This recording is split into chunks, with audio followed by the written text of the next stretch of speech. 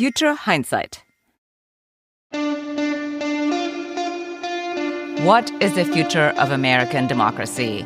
Welcome to Future Hindsight, where we take big ideas in civic life and democracy and turn them into action items for you and me. Because democracy is not a spectator sport. Tomorrow starts right now. I'm Mila Atmos.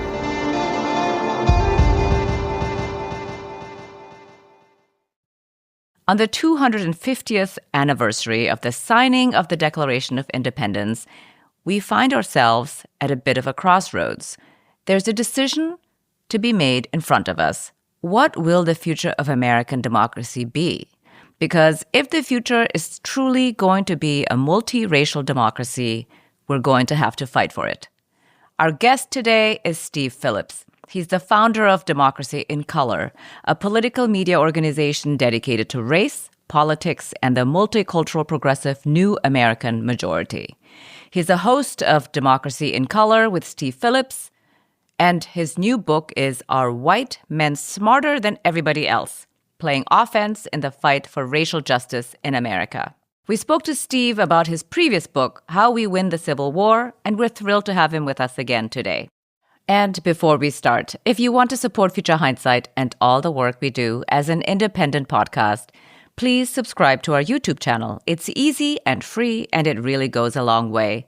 Check us out at youtube.com/Future Hindsight. Welcome back, Steve. Thank you for joining us. Thanks for having me. Glad to be here. So to begin, I want to set the table. I mentioned a multiracial democracy in the introduction, and I think that can mean different things to different people. So just so we're all on the same page, what does a multiracial democracy look like to you? To me, a multiracial democracy looks like a society and a democracy and a government where the participants and the leaders reflect the participants and the population of the country. And so this is certainly demographically, quantitatively, a multiracial country where people of color now comprise 41% of the population. And yet the elected officials in the ranks of those who are in positions of power do not reflect that yet. But to get to an actual multiracial democracy, those who hold and wield and exercise power would both reflect and be responsive and accountable to the actual population in terms of its full diversity. Thank you. This is such a succinct way to describe it. Well, you have argued many times, including in this book, that a multiracial democracy is possible. And as you have just said, 41% of the population is already multiracial in this country. So a multiracial democracy is possible, even likely, because in many ways, of course, as you've just mentioned, we're not at square one given our demographics. But we have been led to believe over all the years that I've been alive, certainly, that people of color are largely underqualified to be in leadership positions, whether that's in C-suites or academia or politics/democracy. But actually, you say we are plagued by what you call straight white American male preference, or SWAMP. So what does that mean? And how can we end the systematic preference for SWAMP in the next few years or in the next few decades? Because it's not going to happen overnight. Yeah, and so I think that what we're facing at this moment is really a strategic reckoning for those who want this to be a multiracial society.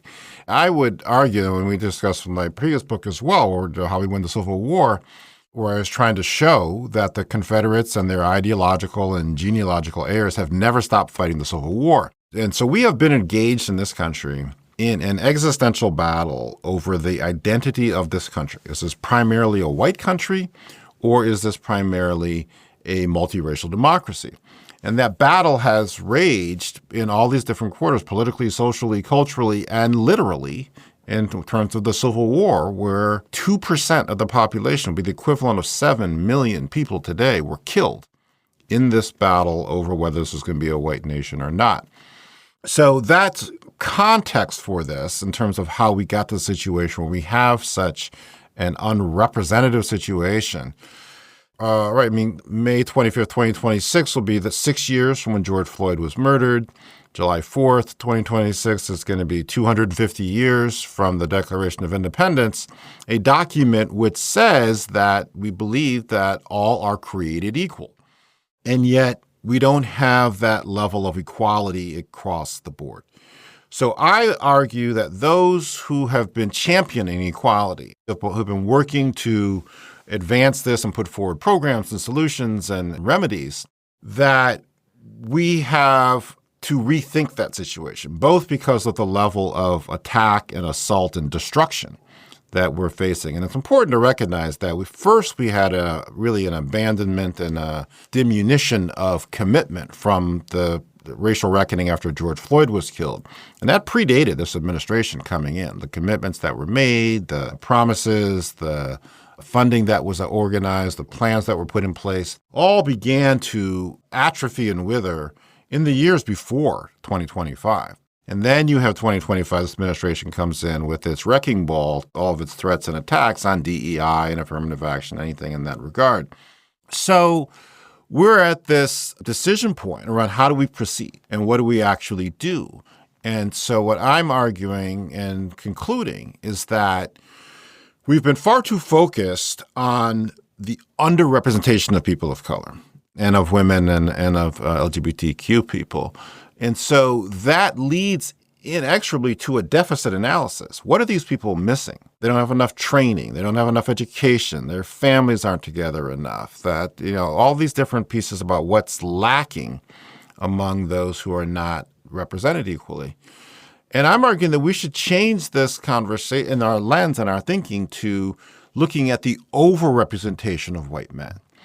And so that's a very different analysis in terms of leading us towards thinking about why is it that white men are so overrepresented in all of these positions of power, and start to interrogate that, which leads to what there is ample scientific and academic research about, that there is contemporary, unapologetic, well, semi-unconscious, but contemporary, ongoing, widespread preferences being given to straight white men. So that's what we're trying to illuminate that concept through this acronym, through this concept we're calling straight white American male preference, which is SWAMP, and we're calling for SWAMP audits, where you would look at an organization, an entity, an institution, compare it to the numbers of white men in the population, which is 29%, and then look at how over that number is that entity and what's the level of overrepresentation.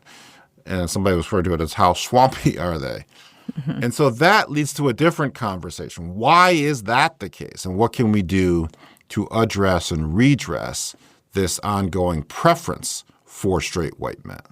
Yeah, I mean, not being a straight white male myself, it is always shocking how actually a lot of them articulate exactly what you're saying, this preference, and how when it is at all under attack, are actually very comfortable saying out loud in like dinner parties that they feel threatened. And they would not say that they feel threatened, but they'll say something like, did you hear that such and such university is admitting only 20% of their incoming class as white men? And I look at them and I think, oh, right, interesting. You just admitted something really, revealing about yourself. And it's kind of surprising because I don't think it sounds the way that they think it sounds.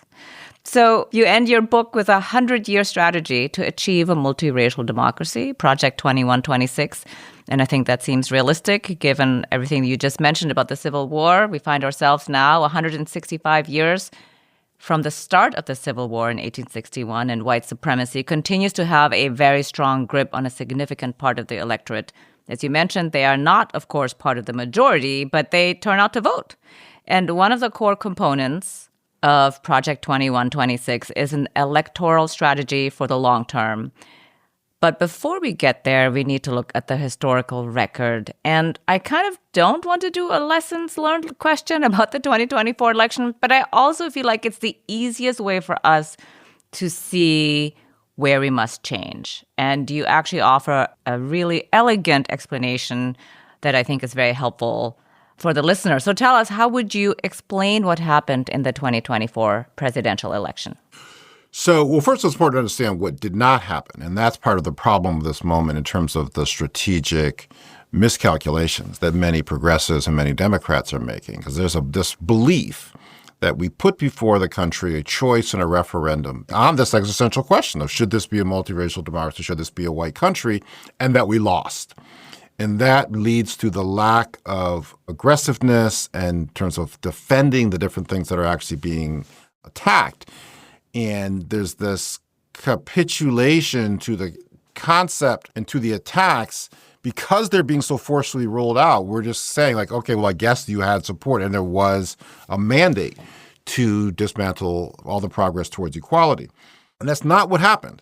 And so fundamentally, just in a very much of a nutshell, there was greater mobilization of the voters who are opposed to equality, quite frankly, than there was of investment in and mobilization of voters who want this to be a multiracial democracy. In general, the multiracial new American majority and people of color in particular. The Democrats in 2024 created this super PAC that spent $700 million on TV ads, overwhelmingly focused on trying to change the minds of white voters and white male voters drawn to Trump. There was a frequent ad they ran of a white guy in overalls, and then they juxtaposed against a picture of Trump and Musk in tuxedos saying, Kamala's for regular people. That $700 million could have been allocated to the battleground states, $100 million per state, to hire organizers and canvassers and invest in groups doing voter mobilization and voter turnout work. That is what actually could have and would have actually made the difference. The electorate in 2024, certainly by the exit polls, was whiter than the electorate in 2020. And yet the country was less white. And so that in and of itself shows you that there was a greater mobilization of those who were opposed to equality than there was an attempt to manifest the potential and power of the growing numbers of people of color. And that is the fundamental story of 2024. Yeah, that they did not actually turn out the base. There is, of course, a common perception that running on a message for justice and equality does not win elections, that the winning formula is bipartisanship, especially on the economy. In fact, I was just having a conversation with someone who is squarely on the left, but he is worried that messaging that is considered too far left, which is to say justice and equality, which shouldn't be considered as left, but it is, that's a message that will lose. And a part of me feels like saying, well, Democrats are losing anyway. So, I wonder why this type of thinking persists. In your mind, what is an effective campaign message for justice and equality, a multiracial democracy? And where have you seen that kind of messaging win? Yeah, that's a deeply felt opinion, but it's actually not empirically supported. Part of these 2024 deconstructions proceed from this notion that we have all these voters switched over from the Democrats to Republicans. But Kamala got more votes than Biden did in 4 different states. And so how do you square that circle mathematically? And so that gets what we were talking about, this greater mobilization issue. So people feel it, they understand the fear, but it's actually not what the data shows. Mm-hmm. So we're having this conversation. The country is engaging at this point in time in the context of the 250th anniversary of the Declaration of Independence. And so the two pillars that I use in my book to frame this moment and this analysis and this inquiry are the Declaration of Independence and the George Floyd racial reckoning moment. And so the founding document of this country, even though most people couldn't participate when it was actually founded, is that we hold these truths to be self-evident that all are created equal. And then was reaffirmed in Lincoln's Gettysburg Address during the Civil War, where he was saying that we went to war, literal war, to defend the proposition that all are created equal. So that's a very American notion. So it's not a question of a radical composition or radical articulation that should be scaring people off. And the other aspect of this is that we should be forcing a conversation and a dialogue. There was never a referendum in this country around should we have armed, masked men going around rounding people up, rounding up families and children and putting them in what really can only be described as concentration camps. Is that American? Is that the best values and traditions of this country? And so if you pose the question and frame it in the context of these, widely acknowledged views and values, that all are created equal. And then we show the level of inequality, and then even more significantly, show the level of ongoing preference for white men. And so that's a big part of what I think the people feel like, well, slavery happened a long time ago. I had nothing to do with that. And so even setting that argument aside, who gets hired today? Who gets venture capital today? Who gets promoted today? Nearly 90% of the money that goes to startup companies from the venture capital world goes to companies run by white men. 98% of all of the money being managed by money managers in this country is managed by white men. And those investments do not outperform those of more diverse managers. And so that refutes this concept that they are better or smarter or whatnot in some fashion. It's like Jesse Doxson used to say that we're talking about taking common sense to high places. And so it's really not a radical proposition. So what I'm trying to do is help us initiate and conduct this conversation, and just starting it with a question. Why are white men overrepresented? And that forces a different level and a different posture and a different inquiry and different analysis, and then can lead us to solutions. You know, again, we're 6 years out from both the murder of George Floyd, but then the very widespread acknowledgement and commitment and energy to address systemic racism, which was named as systemic racism. And I think that shows that there is within the electorate, then within the country's population, the desire and the appetite to tackle that when they see that it is a problem and when they see that there's something that can be done about it. And what George Floyd's murder revealed to the world is there could be no more excuses, no more hiding, no more explaining away what had happened. We all saw it with our own eyes. And when people were clear, there was a majority agreement that we have to address systemic racism. That calculus still exists for this election. And one of the best examples of this, to me, was in New York City, where you have Zohran Mamdani getting elected mayor as a person of color, unapologetic socialist, talking about economic inequality, inspiring and speaking to and engaging and validating the communities of color to be equal participants in the society. And he unleashed a massive outpouring of enthusiasm and support and voter participation that swept him to office over the opposition of much of the mainstream institutions within that city and that state. So that's a model that can and should be applied to the country going forward. Yeah. So let me ask you this question, because a friend of mine, I was telling him that I was going to interview you, and I told him the title of your book. And he goes, well, is it a winning strategy to have a white man talk like Zohran Mamdani? Meaning deliver the same messaging. And is that a winning formula for some corners? You mentioned how white Oregon is and why it is so white. So is a white man in Oregon winning on a message like Mamdani's? Well, I think that is the case. One of the things that's underappreciated about 2025, there were two stories, I think, writ large of 2025. One is the all-out, unapologetic, gleeful assault on every effort to make this country more equal and just, coming from Washington and from the White House, and notably utilizing and threatening the withholding of federal funds in a country where the majority of federal funds come from states with Democratic governors. And so that's something we also have to note and appreciate. So obviously that first half of 2025 was one of the dominant stories. The other story, which was largely the second half, is the, frankly, national repudiation of this administration's direction and policies and priorities and character. And you saw it in everything from the mass protests to the No Kings rallies to the election results, almost across the board, and certainly across the country, from California's redistricting measure to local and state elections, even in places like Texas and Georgia, to the Virginia gubernatorial, to the New Jersey gubernatorial, to Mamdani. Democrats ran the table, and that was repudiation of this administration. And so, well, two things to this thing about can you run it in a certain place. Well, for one, yes, overall, but more fundamentally is that you can run that approach and should run that approach in enough places to get political power and multiracial democracy for the majority of people, to where there can be both control of Congress, control of certainly a majority of the states, a majority of the largest counties within the country. And so this notion that, if you run a race-conscious, pro-justice campaign, you're going to lose, fails to appreciate the diversity of the country as one part of it.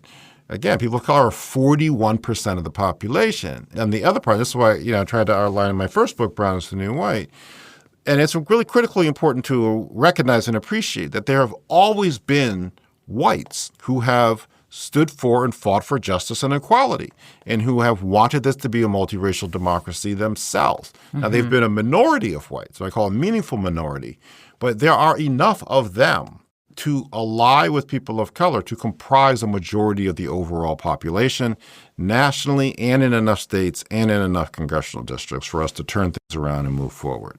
Well, so the next step would be, as you note in the book, it would be about building and defending gains, which is to say it's about power. That's another core component of Project 2126. And actually, I was surprised to see this number, although I shouldn't have been. One of the things you mention in the book is that since the 2020 election, the right has spent about $1 billion on efforts to restrict voting. There is so much fire on that side to gain, defend, and exercise power. And your late wife did a documentary called Power Not Persuasion. How does power not persuasion work? And how can it help a multiracial democracy defend the gains and build on them? I sometimes boil it down and say too many people in the progressive side of the country and democratic politics are bad at math. And they proceed from this timidity and fear and insecurity that the majority of people will not support us, so they don't want to put forward an inspiring, bold, and apologetic agenda. And I was just saying, Mandami did the opposite of that and actually manifested and demonstrated that that is the way to generate large support. Yet there's still this notion that we can and should be focusing our energy on persuasion rather than building power. And so, in the 2024 election, there was ads run to try to persuade people rather than investing in the groups that are doing civic engagement and power building across the board. So that's one example. Another example was in 2021 when Joe Biden took office and the Democrats took office, coming off of the work that Stacey Abrams had done, has been one of the leading proponents of really investing and changing the electorate to get power for the multiracial new majority. And so there was a moment and an opportunity to solidify the gains that had been won and use the power at that moment to defend that power and to institutionalize the capacity to have more power and withstand attacks. And notably, this came right after unprecedented, well, I shouldn't say unprecedented because the precedent was 1860 when they refused to accept the election results of Lincoln. But certainly in 100 years, unprecedented rejection of the democratic process, an attempt to overthrow the elected government of the United States of America on January 6, 2021. So clearly we saw the lack of respect for the democratic institutions, but there was not a level of understanding the nature that we were in a significant fight. And so you saw it most significantly in the strategic decisions made by Democratic leadership both in the White House and Congress in early 2021. We could have and should have strengthened the Voting Rights Act, which has right now recently been eviscerated by the Supreme Court. And frankly, why do we even have to renew the Voting Rights Act every 25 years anyways, which is a whole other question if we really believe in democracy. There's the John Lewis bill to strengthen voting rights and protections and to roll back and repel the attacks on voter participation so that more and more people could participate. And as more and more people could participate, it would continue to elect those who want to move forward. But that approach was rejected or certainly put on the back burner in an effort to try to appeal and pursue this bipartisan compromise and to present the notion that and to show the electorate that Democrats could be bipartisan. And so that's what this whole infrastructure bill they were putting forward was. I mean, it's fine on its face substantively, but the strategic miscalculation was that they were trying to prove to the voters that they could be bipartisan as well and to persuade voters that that was the direction to actually go in. And this current regime in power has made no effort to persuade anybody of anything, and yet they seem to not lose any power or support in that regard. So that, I think, is one of the clearer and more consequential and damaging miscalculations about pursuing persuasion over pursuing power. Now, my late wife, Susan Sandler, wrote in this Medium piece around how she was pursuing this through her philanthropy, is that it's far more effective to not worry about changing the minds of the people of power and to put more attention, investment, and effort into changing the people in power. And that's how Virginia got Medicaid expansion, is that all of the policy papers and arguments and persuasive efforts to get the state legislature to do the work of expanding Medicaid, the opportunity was rejected. But when they manifested their power at the electorate and unelected several people who were opposed to universal health care, those who remained changed their votes. And so it was increasing the power that led to that significant public policy transformation. It was not about the persuasion and changing people's minds.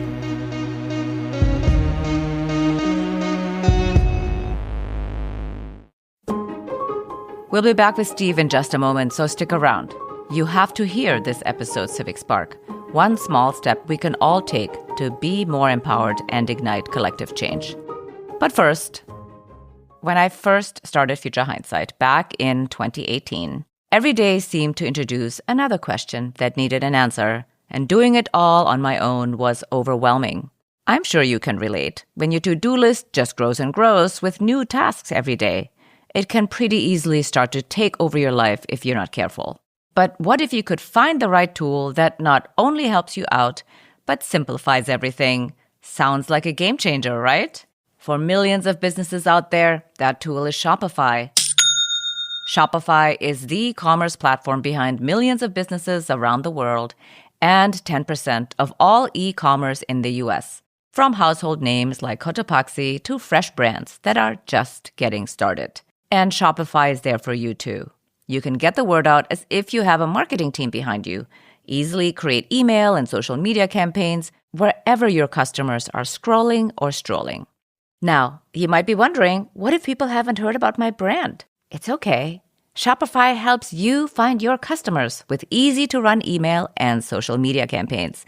So tackle all those important tasks in one place, from inventory to payments to analytics and more. No need to save multiple websites or try to figure out what platform is hosting the tool that you need. Everything is all in one spot, making your life easier and your business operations smoother. What I love about Shopify is how no matter how big you want to grow, Shopify gives you everything you need to take control and take your business to the next level. It's time to turn those what-ifs into cha-ching with Shopify today. Sign up for your $1 per month trial today at shopify.com/hopeful. Go to shopify.com/hopeful. That's shopify.com/hopeful. We also want to share about a podcast we think you'll enjoy called Democracy Under Construction. This year, the United States celebrates its 250th anniversary as a nation, but not as a democracy. Activists and organizers are still working on expanding civil rights and voting rights so they apply to everyone, even as other actors try to strip those rights away. I'm Alex Levitt, host of The Context, a podcast from the Charles F. Kettering Foundation about how to make democracy work for everyone and why that's so hard to do. This spring, in honor of America's semi-sesquicentennial, we're running a special series. It's called Democracy Under Construction. Over 3 episodes, we'll spotlight some of the most significant struggles in the fight to get our nation to live up to its inclusive ideals. And we're bringing on some all-star guests, like civil rights lawyer Sherilyn Ifill and Nicole Hannah-Jones of the 1619 Project. Join us in celebrating this country's anniversary by acknowledging its true history and by gearing up for the work yet to be done. Listen to The Context every other Tuesday. The series begins April 7th. And now, let's return to my conversation with Steve Phillips.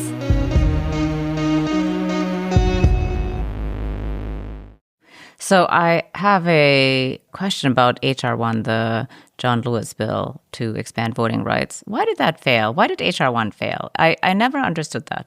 Well, it's what I was saying. There was not a commitment to it. There was not a belief. But why wasn't there? I just don't understand this. Like, just on the heels of January 6th, it makes no sense to me. I thought that it would fly through Congress, and Is it that there was no appetite from all Democrats? I mean, I know it was a tight majority to vote for it. I mean, is it really that, quote, simple? It was the leadership and the consultants who advised them, and they have a outdated and inaccurate picture of the country and its electorate and its politics. And so they harbor this notion that the country is still the country it was like in the 70s or whatnot, where the primary driver of electoral outcomes was the sentiments and viewpoints of the white population. And so they were worried that putting too much emphasis on voting rights would signal to white voters that the Democrats were not for them. And so then that they would erode their support among whites rather than looking at and doing the math to see that you could actually build your support among people of color as well as among, there are still progressive whites as well in that regard. But it was a strategic calculation that pursuing voting rights in that fashion would alienate white people. And so therefore that should be sidelined and put on the back burner. Well, we already talked about how the right has spent $1 billion to restrict voting. And this, of course, happens primarily at the state and local level where they change the criteria for being able to vote. And of course, now the federal government is in on it, what with the Supreme Court eviscerating the Voting Rights Act and Congress, wanting very much to pass the SAFE Act. But there is actually power at the local and state level to address voting rights. For example, you note that while the state of Georgia has restricted giving out water and food to people standing in line to vote, Georgia continues to have early voting. So they're making the game harder, but there are still some tactics, strategies. So how do you think about the opportunities at the state and local level in this moment? So I would say two things about that. One is that we have no choice writ large at this point to think far more boldly and expansively in terms of the policy agenda and program, because so many things have been attacked and eliminated, both the Supreme Court and this administration, et cetera. And so it's insufficient to simply try to get back to where we were. And the other thing about it is that if we're honest with ourselves about it, these measures, whether from affirmative action or even the Voting Rights Act, were insufficient. And so they had not fully accomplished their objective and their mission of bringing about equality, bringing about full participation in the society. And so if we're honest, they had shortcomings. And so then what are we going to do to put forward plans, programs, and proposals that are more far-reaching, more effective, more long-lasting than what we had previously had? So I would say that writ large. In my first book, the publisher had says, you should think about like blue sky ideas and whatnot. So at first I was like, well, what would be like a crazy idea? I was like, what about mandatory voting? And then I was like, well, that's a crazy idea. But then I stopped to think about it. And I was like, we mandate paying taxes. We think that the things that are important that everybody do, we would insist that they do them. And so we could have mandatory voting, and other countries do have mandatory voting because that's a fundamental component of a democracy. So that's a broad strokes concept. So then you come to the state and local level. Elections are fundamentally, ultimately administered at the local level, at the county level. And so one of the great areas of opportunity and strategic importance for progressives overall is to look at and bolster our efforts in whatever they kind of call blue counties in purple or red states. And so Texas is a perfect example of that. There are more people in a single county in Texas, certainly in Harris County where Houston is, or even in Dallas and Fort Worth, who do not vote, more non-voters in the Dallas-Fort Worth area than the entire margin of difference in statewide elections in Georgia. And so Biden lost by 600,000 votes and 1.1 million people who did not vote just in those two counties. And so you take multiple counties like that, there's 5 or 6 counties. There's Harris, there's, Bear, where San Antonio is, there's Austin, Travis, there's Dallas, Fort Worth. And much of the administration in those counties is Democratic, if not progressive. And so what are we doing and can we doing to maximize voter participation in those areas? I gave the example in my second book about in San Diego, Andre Guerrero, who runs Alliance San Diego, talked about, because San Diego's right on the Mexican border.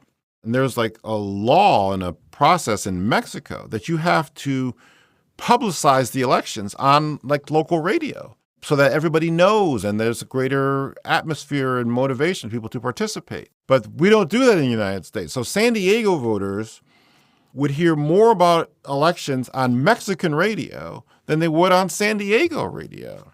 But that could obviously easily be remedied, and we could do a lot more to ensure that every single person votes and participates in these local places. And then if we do that, that will change the calculus to then flip those states in terms of their balance of power. And so that's one of our greatest and most important strategic areas of intervention in the coming months and years. Yeah, for sure. So I have like a tactical question. You advocate for a crusade for democracy, and you've just reminded us of these great initiatives on how to make voting easier and grow the electorate. But you really talk about having local precinct captains and getting out the vote and really being engaged on a year-round level. What does that actually mean? Because how are you engaged with your electorate if there are no elections? So it's a civic engagement issue fundamentally, and there are places who are moving that kind of work forward. I got used the phrase of 1 million precinct captains, right? And so the elections, again, are broken down into local units. Right? I mean, I actually served on the school board in San Francisco and ran for office in San Francisco back in the 90s. So I saw up close how these elections work. Ultimately, you come down to a precinct level. So it's the counties and the cities, and it's like maybe roughly 1,000 people. And so that's a list of people who you can be in contact with. Can we have a precinct captain, somebody whose job it is, or at least the lead volunteer, maybe they get a stipend to do this kind of work, is to first get to know everybody. And so you go knock on every door, have a conversation, find out what their interests are. Now we have all these tech tools, and so you can record that information. And so that's a beginning piece. And then it's communicating with them, letting them know what's going on. And then what's happening at the local level. Are there votes coming up at the school board or in the city council? Are we going to create a park? Are you going to allocate funds to hire teachers at a particular school? And these types of issues really would benefit from civic engagement of people coming out to speak at the school board meeting, to speak at the city council election, as well as in terms of running for elections. Because actually, if you're going to run, it takes many, many months in terms of contacting people, going door to door, et cetera. So having that level of infrastructure where there's a permanent person who's year-round in communication with that universe of people in their community, their neighborhood, their block. Stacey Abrams has this phrase of minimum viable community. So like in the startup world, about minimum viable product, and then you can get that out to the market. But what's the smallest unit or a small grouping of people who can be your community? Maybe it's the 10 or 12 members in your family, but you're in regular communication with them so that they know what is coming up and they know how to engage in civic life, whether it's writing a letter, whether it's showing up and speaking, and ultimately whether it's voting when they come around. Thank you for making that plain. So every week on Future Hindsight, I ask my guest to share a civic spark, one small step we can all take to be more empowered and ignite collective change. What's a good way to turn the insights that you've shared with us into action?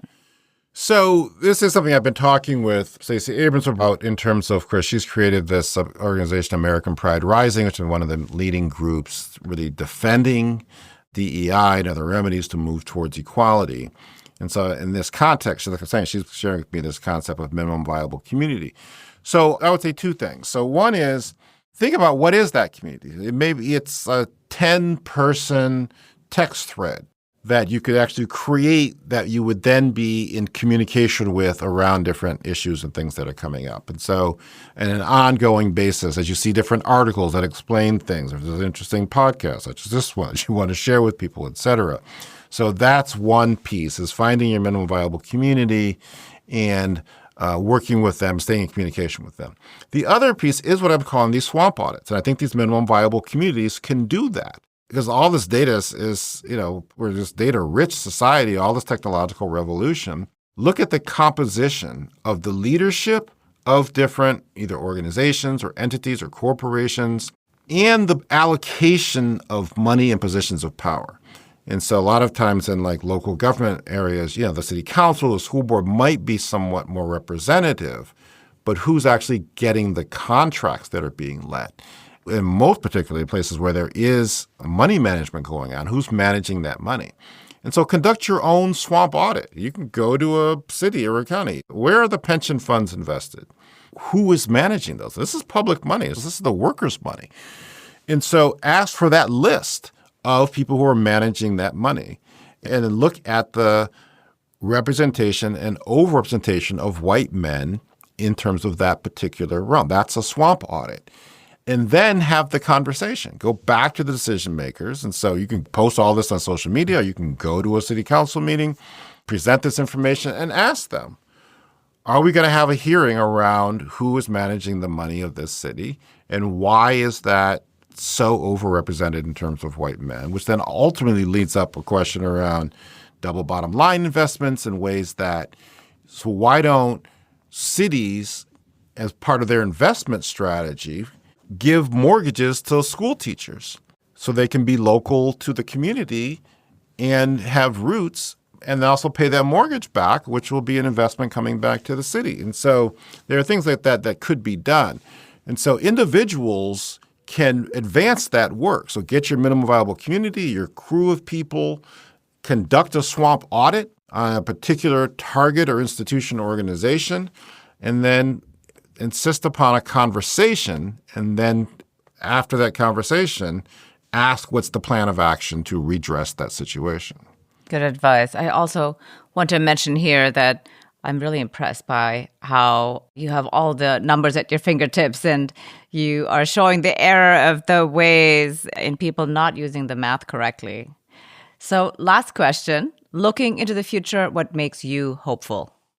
Well, we're just a few months out from Reverend Jackson's passing and his funeral, and I've frequently referenced how fundamental and determinative he was in terms of my own growth, education, and development. And so the one time somebody said to him, "Oh, Reverend, you must be so tired. You're flying all over the country, and your schedule is so busy, et cetera."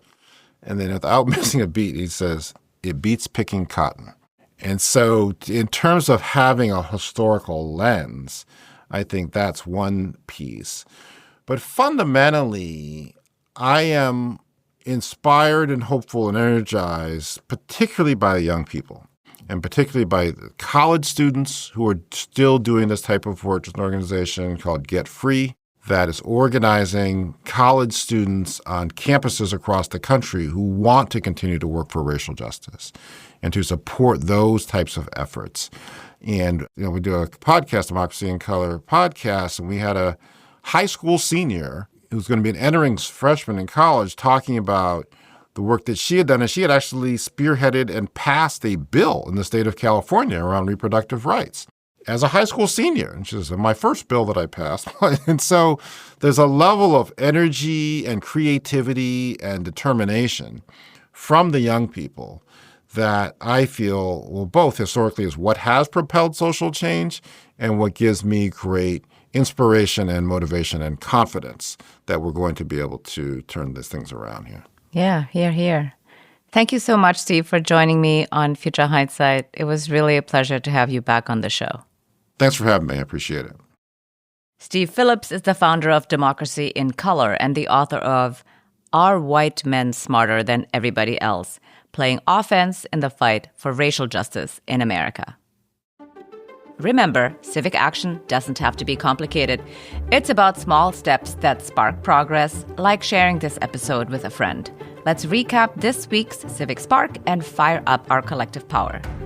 First, find a minimum viable community, get a crew of people together, and then do a swamp audit. Look at the composition of the leadership of places like corporations and local government around you. Who are the people in positions of power, and who do they represent? Where does the money go? Gather the information and present the case in public settings.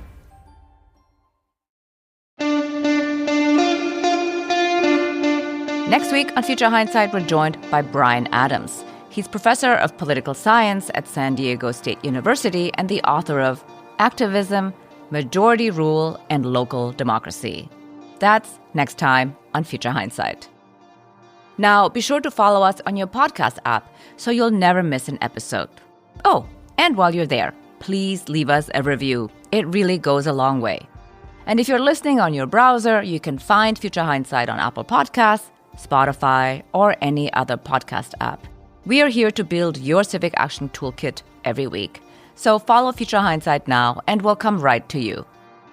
And if you want to support Future Hindsight and all the work we do as an independent pro-democracy podcast, consider subscribing to our YouTube channel.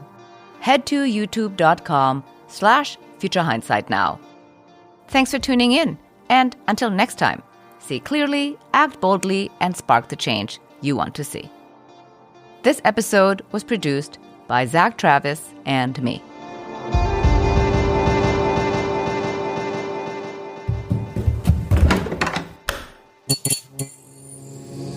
This podcast is part of the Democracy Group.